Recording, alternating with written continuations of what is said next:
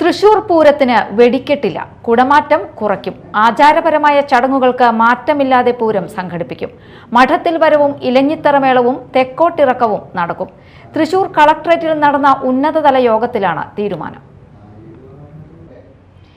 തിരുവമ്പാടി വിഭാഗം മുണ്ടത്തിക്കോട് വെടിക്കെട്ട് ദുരന്തത്തിന്റെ പശ്ചാത്തലത്തിലാണ് തൃശൂർ പൂരത്തിന്റെ വെടിക്കെട്ട് ഒഴിവാക്കാൻ തീരുമാനം.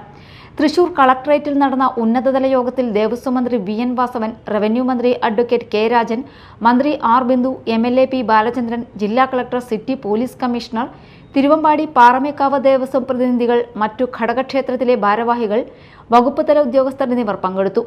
യോഗത്തിലെ തീരുമാനപ്രകാരം പൂരം ആചാരപരമായി എല്ലാ ചടങ്ങുകളോടും കൂടി സംഘടിപ്പിക്കും. ആർഭാടങ്ങൾ ഒഴിവാക്കും.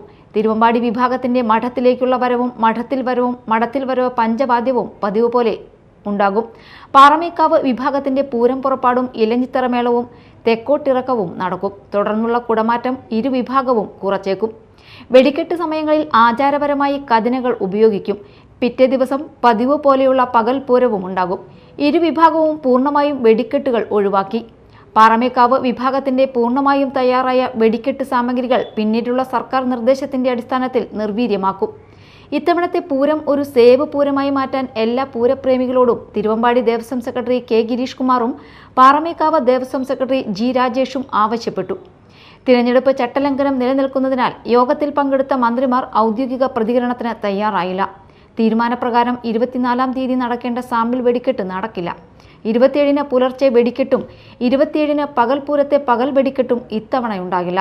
ഒപ്പം ചമയ പ്രദർശനവും പേരിന് മാത്രമായി ചുരുക്കും. Media time, Thrissur.